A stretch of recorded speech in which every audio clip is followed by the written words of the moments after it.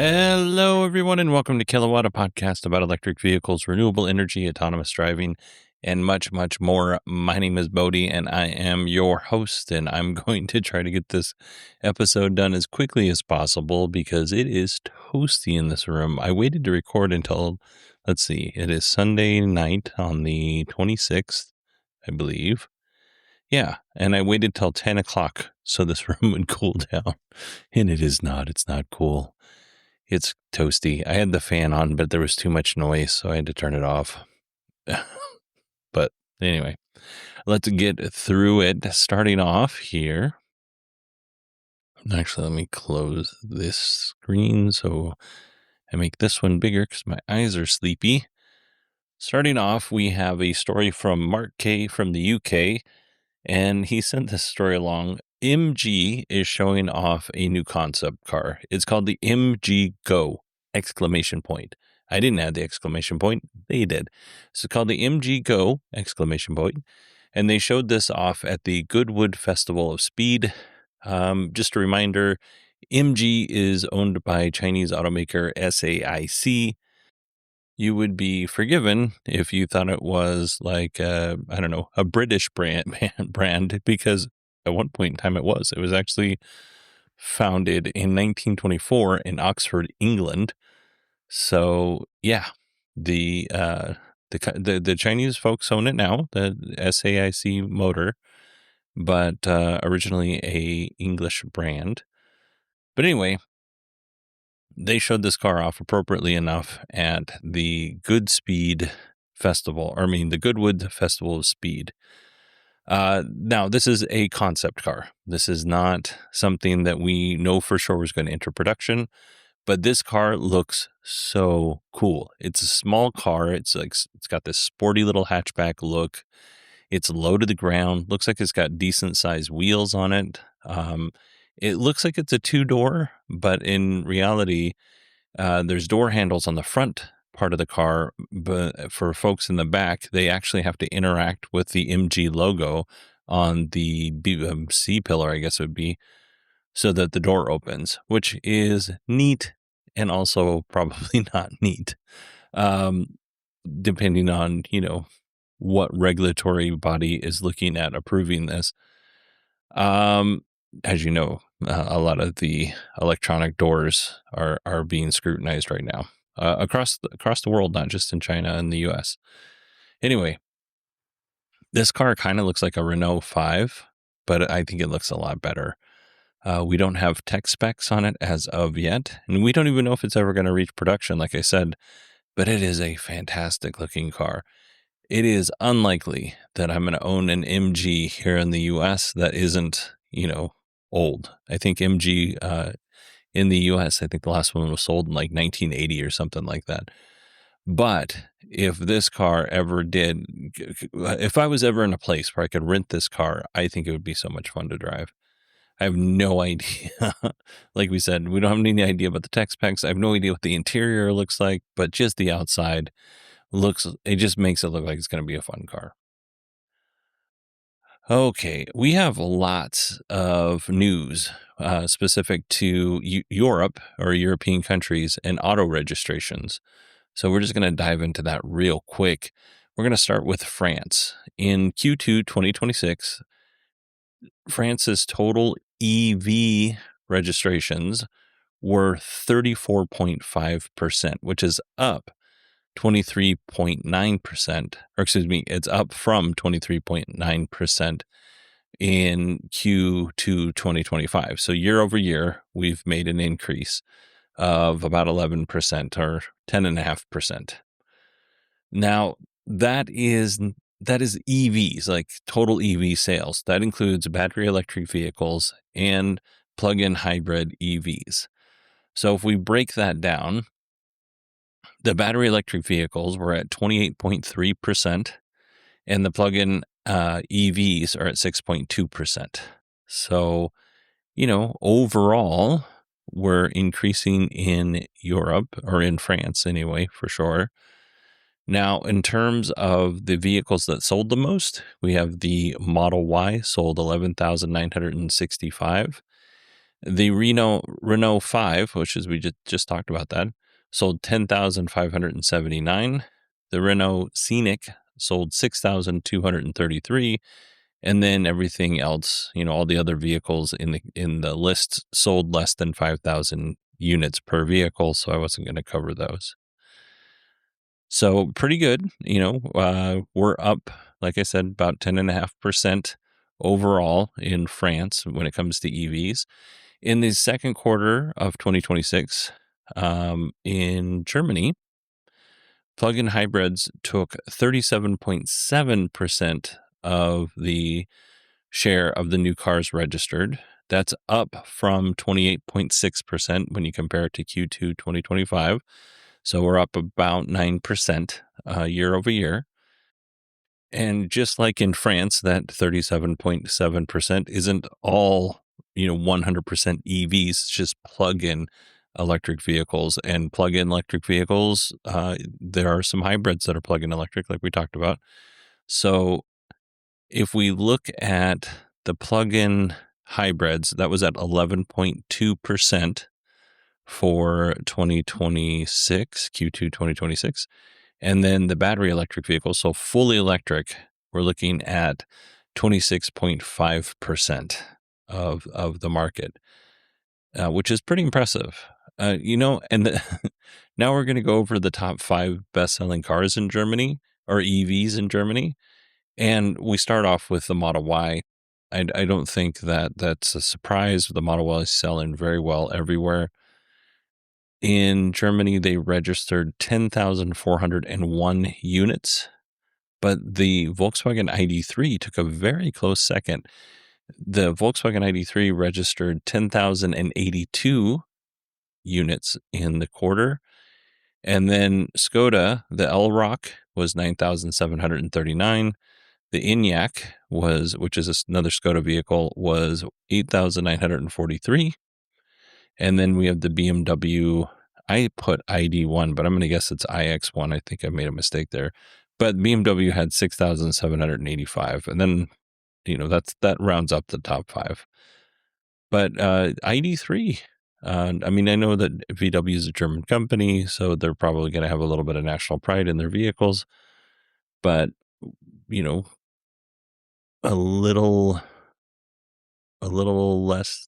more than 300 vehicles off from what the Model Y was doing in terms of sales. Now let's go finally to the UK, which was in the second quarter. The UK had 41.4% of their sales were EVs, and that breaks down for the plug-in hybrid was about 13.3% of that. And the full battery electric was about 28.1% of that.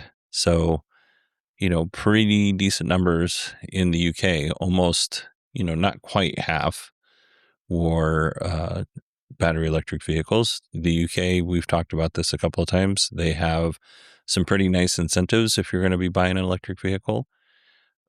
For whatever reason, it was the same outlet, which I think was Clean Technica, that put all these numbers together for Germany, France, and the UK, but they didn't give like actual numbers for the different brands and models. They didn't even give models. They just said Tesla was at 11% of the,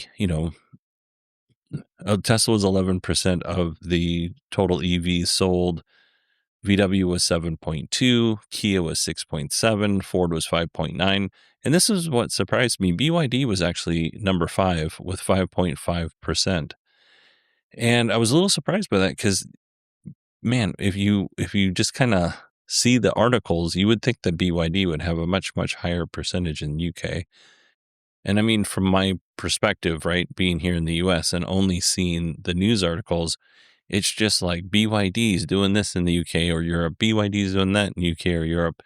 And, they weren't in the top 5. BYD was not in the top 5 in France or Germany. They are in the top 5 in the UK, but only, like 5.5%.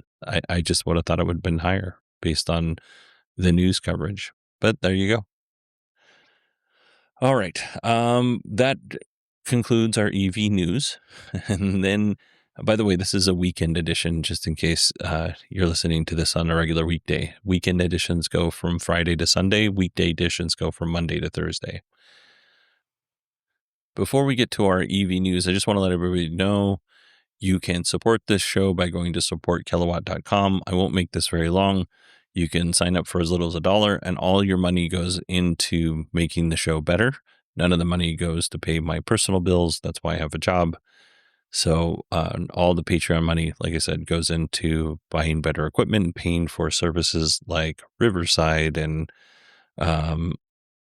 my Google accounts and things like that specifically for this show. All right, let's move into our Tesla news. Elon announced that Tesla is planning on making the design and software for Model S and Model X fully open source. Now, if you remember, Tesla did this back with the Roadster, and they've open sourced some other of the bits and pieces of their technology. But I think this is really cool. I don't know that anybody's going to do anything with it, but I love that Tesla is making it open source. And who knows what this is going to look like. Will they make everything about it open source? Probably not. Like they said, the design and the software specifically. But who knows? Maybe some young, enterprising, maybe college student that's going through engineering right now takes a look at it and it's like, I can do something with this. And hopefully they do. I think this is cool. Or a hobbyist, for that matter. Based on a job posting on Tesla's website, Tesla may be looking to launch Robotaxi in a couple of South American countries, to be more specific, in Chile and Colombia. So they are looking for AI safety operators, and the job descriptions are very specific to what they do with Robotaxi.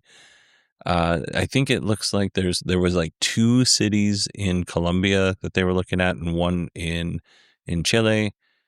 This is no guarantees, but I think this would be awesome if they were able to bring a Robotaxi service to those countries. Moving on. Tesla acquired an AI hardware company for around $2 billion, $1.95 billion to be specific. Now, the AI company, we don't know what the name of the company is. We don't know much about anything about the company other than they made an acquisition because they had to report it when they did their earnings report. But the things that we do know is the purchase is going to be made with stock and equity awards. So no hard money is exchanging hands for this. $222 million of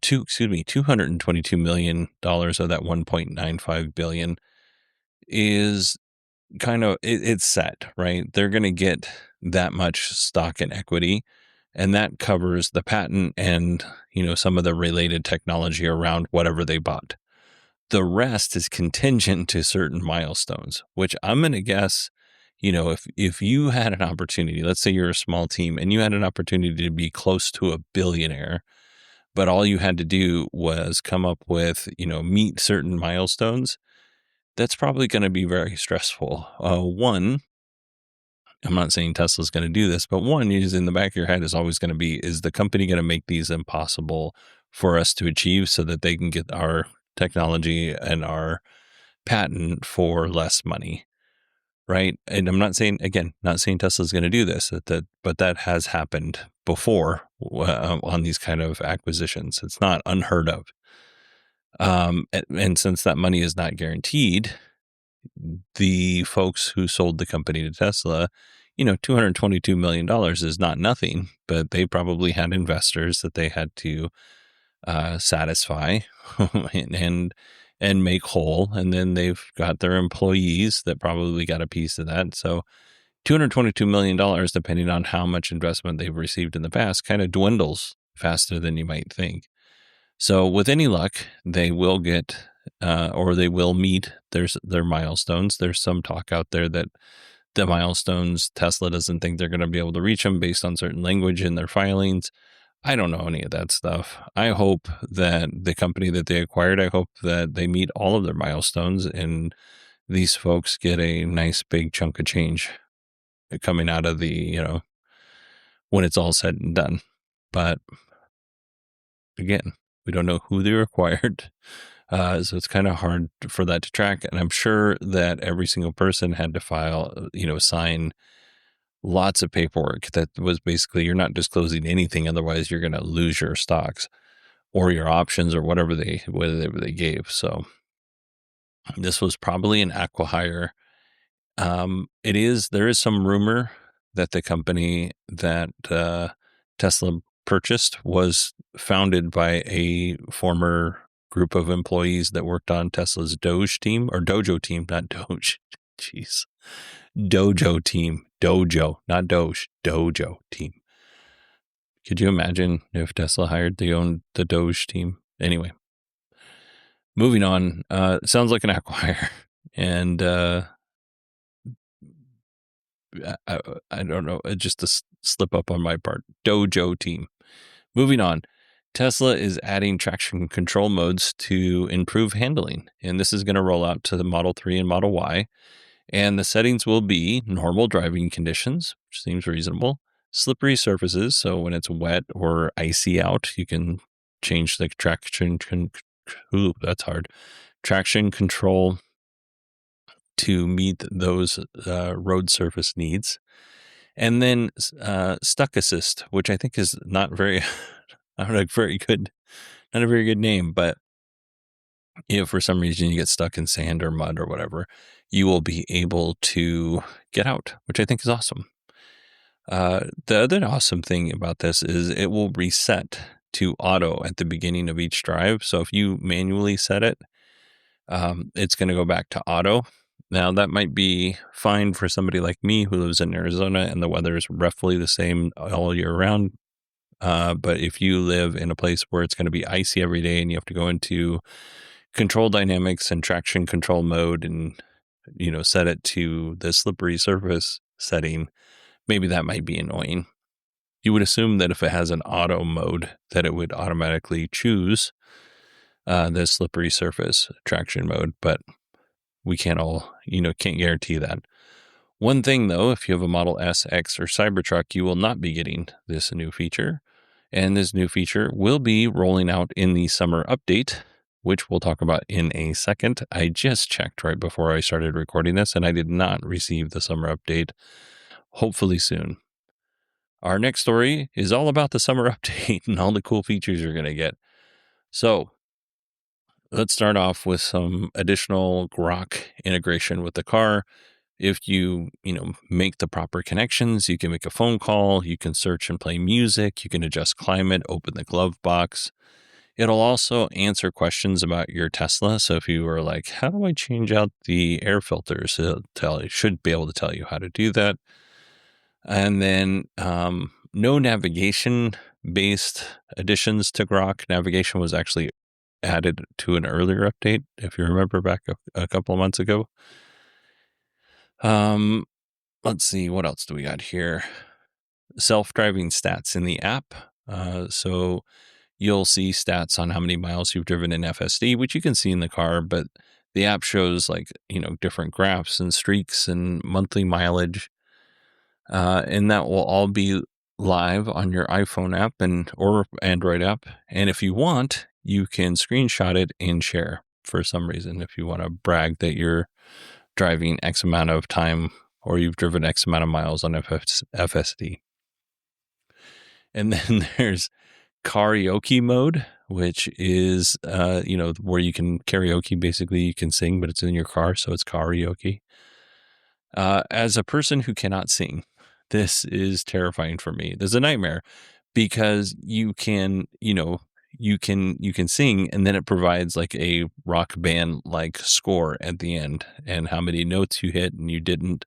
I already know I'm not very good at singing, so this doesn't seem like it's a good idea for me, but if you are good at singing or you don't care that you're bad at singing, this might be fun. And then automatic navigation, which looks at, your calendar events. It knows when you go to work. It knows typically when you come home. And from there, it can adapt your routine and it would do things like on your way to work, it might try to drop you off or route you through to school drop off. If it's during the school year, Monday through Friday, that kind of thing. Or if you typically go to the gym on the way home, it'll recommend hitting the gym on the way home. Or at least the navigation will be like, hey, do you want to hit the gym on the way home? And then it will find preferred routes to where you want to go. Like I have a specific way I like to get to work, to my job. I take the 202 because it's nice and, calm. I don't like taking the 10 if I can help it. But the car always wants me to take the 10. So I prefer, to not do that. And it seems silly because I know how to get to work, but I always put in work when I get in the car. I always put on navigate to work simply because it's a little bit of a drive and I just kind of want to see what time I'm going to get there. And that way it helps me kind of know, is there traffic? Because I know it takes about X amount of time to get there. If it says it's going to take, an hour and a half, there's probably some sort of road issue, like an accident or something like that. Or maybe the road's closed and I might want to take the 10. So that kind of thing. Anyway, preferred routes. That's pretty cool. And then when you're doing a road trip, you can set how much energy you would like the car to have when you arrive at your destination. This is good for a lot of different reasons. Maybe you get to your hotel and it doesn't have a charger, but you still want to have a little bit of energy to drive around and maybe hit the commercial charger or the DC fast charger somewhere else.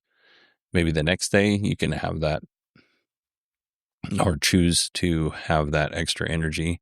And then the car will route to the different charging spots for you to make sure you have that much energy when you get there, or as close as possible. Oh, there's custom car wraps in the mobile app, which is rear display lock. So if you have a newer Tesla and you have a display in the back, it's basically like parental controls for that rear screen. And then some other quick features rolling out: find superchargers by name when searching for a destination, add Apple Music songs to queue and search and artist page. I'm not sure. I use Apple Music all the time. I'm not sure how to use that. Set your preferred zoom level for the self-driving visualization. Browser now supports camera and microphone. And then there's new intro animations for the new versions of the Model 3 and Model Y, not for the old ones, and not for me. All right, everybody, that is it. Quick episode this week, or this weekend edition. If you want to email me, it's Bodie, Bodie, at 918digital.com. You can find me on X at 918digital. I've got a cool interview planned for this Friday and news for our next episode. So I hope everybody had a great weekend. I hope you have a great week, and I will talk to you soon.